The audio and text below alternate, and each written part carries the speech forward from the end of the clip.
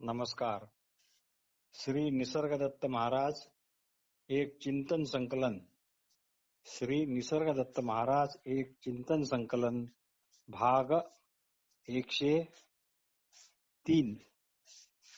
प्रथम आपण आज एक छान झेन कथा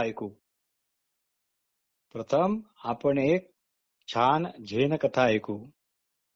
10 वर्षाची कठोर तपस्या करून टिनो नावाचा एक झेन साधक, झेन मास्तर या अति उच्च पदावर पोहोचला.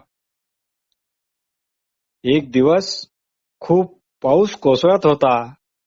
विजांचा कडकडाट चालू होता. संध्याकाळची वेळ होती. अंधार पडायला सुरुवात झाली होती. पण काही अति महत्वाच्या कामासाठी टिनोला प्रसिद्ध अशा नॉन इन या प्रसिद्ध आणि वृद्ध झेन मास्तरला भेटणे अत्यंत जरुरीचे होते, अत्यंत आवश्यक होते. म्हणून तो अशा खराब वातावरणात सुद्धा नॉन इन यांच्याकडे जायला निघाला. त्यांनी लाकडी जोडे घातले, आपली छत्री घेतली. त्या काळी चीनमध्ये म्हणजे प्राचीन चीनमध्ये लाकडी जोडे घालत, लाकडाचे 2 तुकडे घेऊन ते आतून कोरत व त्याला जोड्यांचा आकार देत. अशाच प्रकारे प्राचीन चीनमध्ये दातांच्या कवळ्या पण लाकडांच्याच करीत असो. इकडे पाऊस अंधाधुंद कोसळतच होता. नॉन इनने टिनोचे स्वागत केले. टिनोने वरांड्यातच छत्री आणि जोडा ठेवले. टिनोने वरांड्यातच छत्री व जोडे ठेवले आणि टिनो आश्रमाच्या हॉलमध्ये आला. नॉन इनने त्याला डोके पुसायला टॉवेल वगैरे दिला आणि टॉवेल देताना वृद्ध नॉन इन टिनोला म्हणाले, छत्री व जोडे बरोबर ठेवले आहेस ना? टिनो होय म्हणाला. वृद्ध नॉन इन म्हणाले, असं का? फार छान केलंस. बरं मला हे सांग, तू तुझी छत्री तुझ्या जोड्यांच्या डाव्या बाजूला ठेवली की उजव्या? टिनोला मात्र या प्रश्नाचे उत्तर देता आले नाही. पण त्याने मात्र मनातल्या मनात ओळखले की अजून आपण अवेअरनेसच्या बाबतीत फारच कमजोर आहोत, फारच कच्चे आहोत. त्याने लगेच दुसऱ्या दिवशी आपले झेन मास्टरचे पद सोडले आणि पुढची 10 वर्षे तो वृद्ध नॉन इनच्या आश्रमात अवेअरनेसचे धडे गिरवत बसला. बरे असो. तर श्री निसर्गदत्त महाराज म्हणतात, स्वतःमध्ये अधिकाधिक खोलवर जा. स्वतःमध्ये अधिकाधिक खोलवर जा. अंतर्यामीचा शोध घ्या. आत्मशोधात जोर जबरदस्ती चालत नाही. आत्मशोधात जोर जबरदस्ती चालत नाही. म्हणून ज्याला कळकळ नाही त्याच्या मागे जास्त लागू नका. ज्याला कळकळ नाही त्याच्या मागे जास्त लागू नका. बुवाबाजी करू नका. काहीतरी टाळण्यासाठी किंवा मिळवण्याकरता जो शोध असतो तो शोध हा मतलबी असतो, प्रामाणिक नसतो. काहीही जाणायचे असेल तर असे धरसोड न करता सर्वस्वी अ पासून ज्ञ पर्यंत सर्वच्या सर्व स्वीकारलेच पाहिजे. याकरता मात्र धैर्य हवे. केवळ वर्णन करत बसू नका. मौनाची पण मदत घ्या. तुम्ही जसे आहात तसे प्रामाणिकपणे तुम्हाला जसे वाटते त्याकडे पहा. तुम्ही जसे आहात तसे प्रामाणिकपणे तुम्हाला जसे वाटते त्याकडे पहा. उगीच स्वतःला अजन्मा, सनातन, निर्विकार, निर्गुण वगैरे वगैरे न समजता सध्या या चालू क्षणी तुम्ही जसे आहात तसे प्रामाणिकपणे जसे वाटते तसे त्याकडेच पहा, त्यातच डुबा.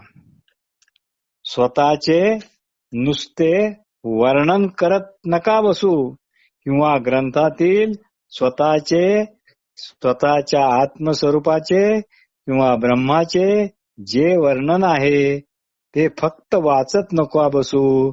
त्यामुळे मला समजले हा भ्रम होण्याची शक्यता टाळता येत नाही. लक्षात ठेवा की तुम्ही जे स्वतःला सध्या समजता ते तुम्ही नाही. लक्षात ठेवा की तुम्ही जे स्वतःला सध्या समजता ते तुम्ही नाही, तर जे भले बुरे जे काही समजता ते समजणे कशामुळे शक्य होते, ते कळणे कशामुळे शक्य होते, तेच आणि तेवढेच शोधा. मी असा नाही तर मी कोण आहे, मी काय आहे, असे प्रश्न म्हणजे आत्मशोधाची हालचाल आहे. आत्मशोधाची हालचाल आहे, आत्मा शोधायची नाही. आत्मशोधाची हालचाल आहे, आत्मा शोधायची हालचाल नाही.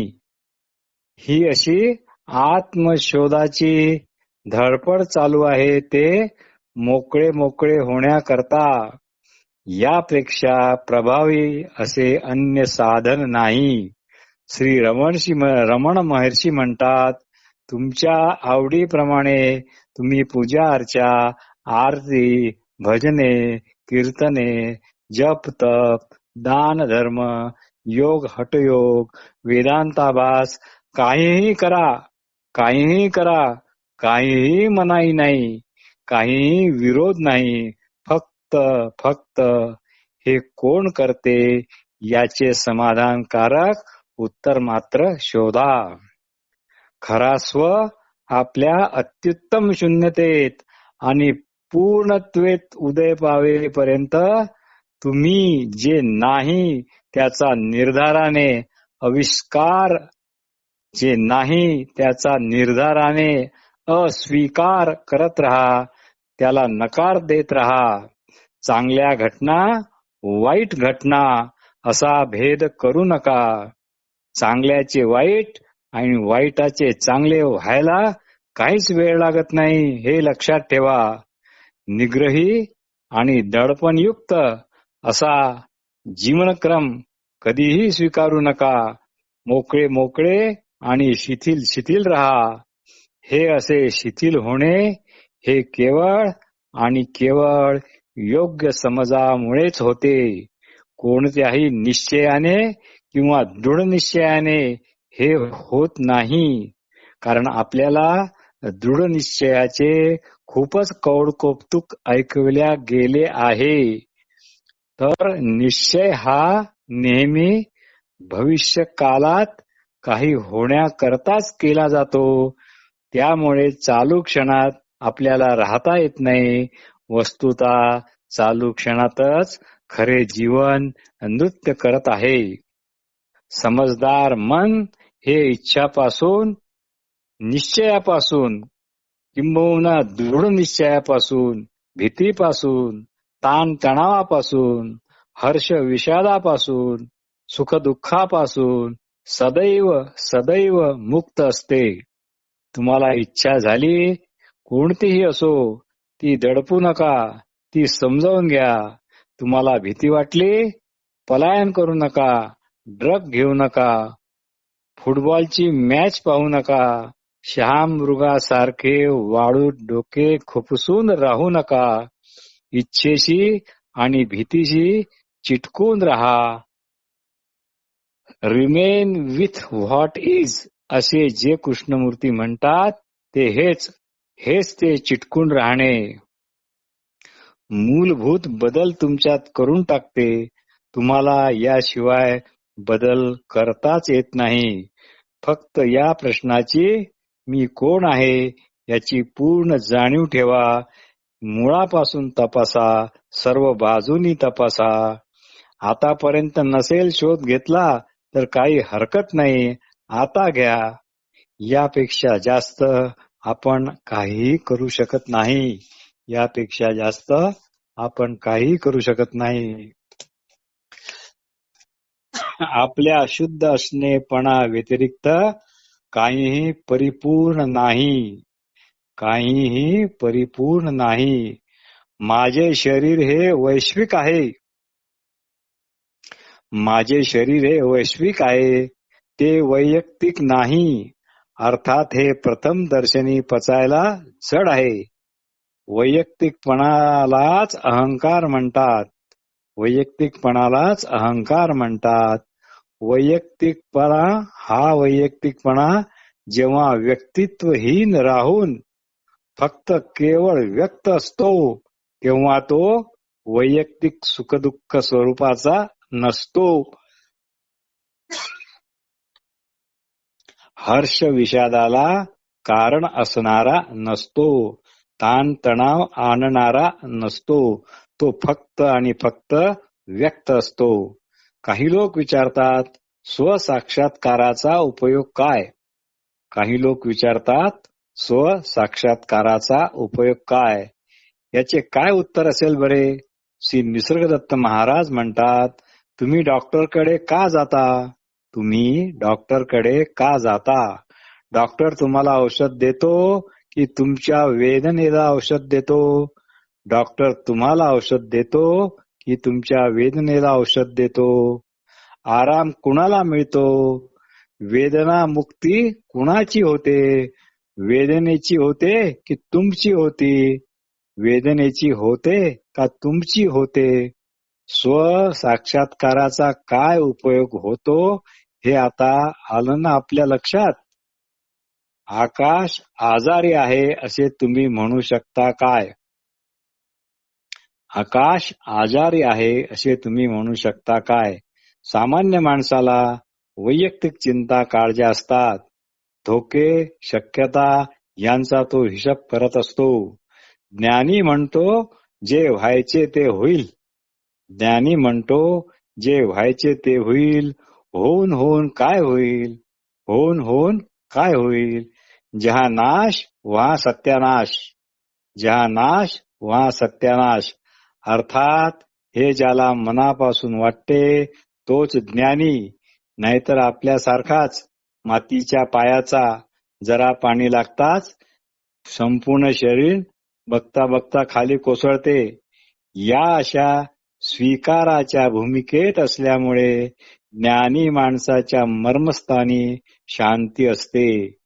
व्यक्तीविषयी आपण काही सांगू शकतो, ऐकू शकतो, पण स्वविषयी तसे करता येत नाही. ज्ञानी मनुष्य व्यक्ती म्हणून जसा लोकांना दिसतो तसा तो नसतो. तो जाणीवेचा अमर्याद विस्तार व्यक्त स्वरूपातला असा असतो. त्यात असंख्य व्यक्ती प्रकट होतात, अदृश्य होतात. भूत आणि भविष्य हे केवळ मनात असतात. तसा तुम्ही विचार करता म्हणूनच असतात. पण शुद्ध असणेपणा हे फक्त आणि फक्त चालू क्षणातच असते. मन वर्तमानावर लक्ष ठेवण्यास रिकामे नाही, पण त्याला जर गोडी लावली की सगळे शक्य होईल. गोडी ही वर्तमान क्षणी राहण्याची निकड किंवा त्याचे महत्व वाटत असेल तरच शक्य आहे. गोडी ही वर्तमान क्षणी राहण्याची निकड आणि त्याचे महत्व असे जर वाटत असेल तरच शक्य आहे. नाहीतर घोड्याला पाण्याजवळ आणता येते, पाणी पाजता येत नाही. म्हणून समोर येणाऱ्या प्रत्येक क्षणी तुम्ही पूर्ण जागृतीने जगायला हवे. त्यासाठी इच्छा व इच्छापूर्ती आणि भीती यांना नीट समजावून घ्या. दोन्ही गोष्टी केवळ आणि केवळ भविष्यकाळच आहेत. हे केवळ अशक्य नाही. तळमळीतून विलक्षण शक्ती प्रभावित होत असते. भ्रामक जगात आपण जगत आहोत हे नीट समजावून घ्या. त्याची मुळे खणा. तुम्ही चालू वर्तमानात स्थिर झाले की तुम्ही जे असाल ते कालातीतच असाल. तुम्ही चालू वर्तमानात स्थिर झाले की तुम्ही जे असाल ते कालातीतच असाल. मग आणखी कुठे येणे जाणे उरत नाही. आपण सर्वसामान्य माणसे मात्र स्मृतीच्या हातातले बाहुले असतो. पण जो केवळ आणि केवळ आपल्या असणेपणाला चिटकून आहे तो मात्र पूर्णपणे कल्पना, अभिलाषा, भीती यापासून मुक्त असतो.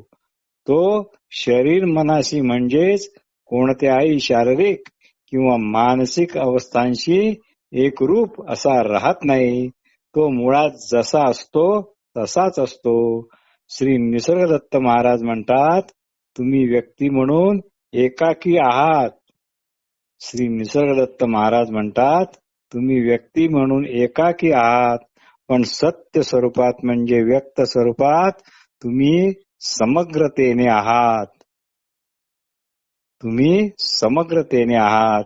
श्री निसर्गदत्त महाराज म्हणतात की शरीराला स्त्री पुरुष असे आकार आहेत. ते आकार तुम्हाला नाहीत. जो स्वतःला स्त्री किंवा पुरुष मानतो तो साधकच नाही. जो स्वतःला स्त्री किंवा पुरुष मानतो तो साधकच नाही. हे श्री निसर्गदत्त महाराजांचे निरूपण 7 डिसेंबर 1979 ला दिलेले आहे. असो, लहान मुलाला फक्त तो आहे इतकेच माहीत असते. लहान मुलाला फक्त तो आहे इतकेच माहीत असते. आहेपणाने आकार घेतलेला नसतो. आई त्याला मुलाचे किंवा मुलीचे नावे देऊन एका अर्थाने दिशाभुलीची स्थिती निर्माण करतात. ज्यांना ज्ञान प्राप्त झाले ते लोक फार फार साधे असतात.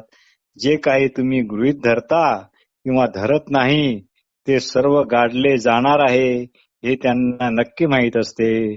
श्री निसर्गदत्त महाराज म्हणतात, 9 महिन्याच्या गर्भस्थितीत तुम्ही आहात हे एकमेव ज्ञान तेथे असते. त्या पलीकडे काहीही नसते. गर्भात ज्ञान हे सुप्तावस्थेत असते. हे बघा, या लायटर मध्ये श्री महाराज लायटर दाखवतात. या लायटर मध्ये ज्योत ही सुप्त आहे, गुप्त आहे. लायटर ज्योतीला जाणते काय? तुम्ही स्वतःला काय गृहीत धरता? शरीर म्हणाल तर गुंतणार आणि केवळ शुद्ध असणेपणा समजणार तर गुंतणारच नाही. स्वतःला ब्रह्म, परब्रह्म म्हणण्यापेक्षा देह मन बुद्धीपासून मुक्त होण्यावर जास्त जोर द्या. सर्वप्रथम हे जाणा की देह सोडून निघून जाणारे तत्व तुम्हीच आहात. सर्वप्रथम हे जाणा की देह सोडून निघून जाणारे जे तत्व आहे ते तत्व तुम्हीच आहात, पण व्यक्तिगत स्वरूपाचे नाही. ते तत्व कुठेच निघून जात नाही आणि कुठून येत पण नाही. ते असणेपणाने सर्व सृष्टीत समान रूपाने आणि तितक्याच ऊर्जेने कार्यरत आहे. जिवंतपणे त्याच्याशी ओळख वाढवा. श्री निसर्गदत्त महाराज म्हणतात, सर्व धर्मग्रंथ मी कोण आहे हे शोधून काढण्याला मनाला सांगतात, पण लक्षपूर्वक ऐका, पण मीच काय तो मी कोण आहे हे मनाला नाही तर तुम्हाला सांगतो.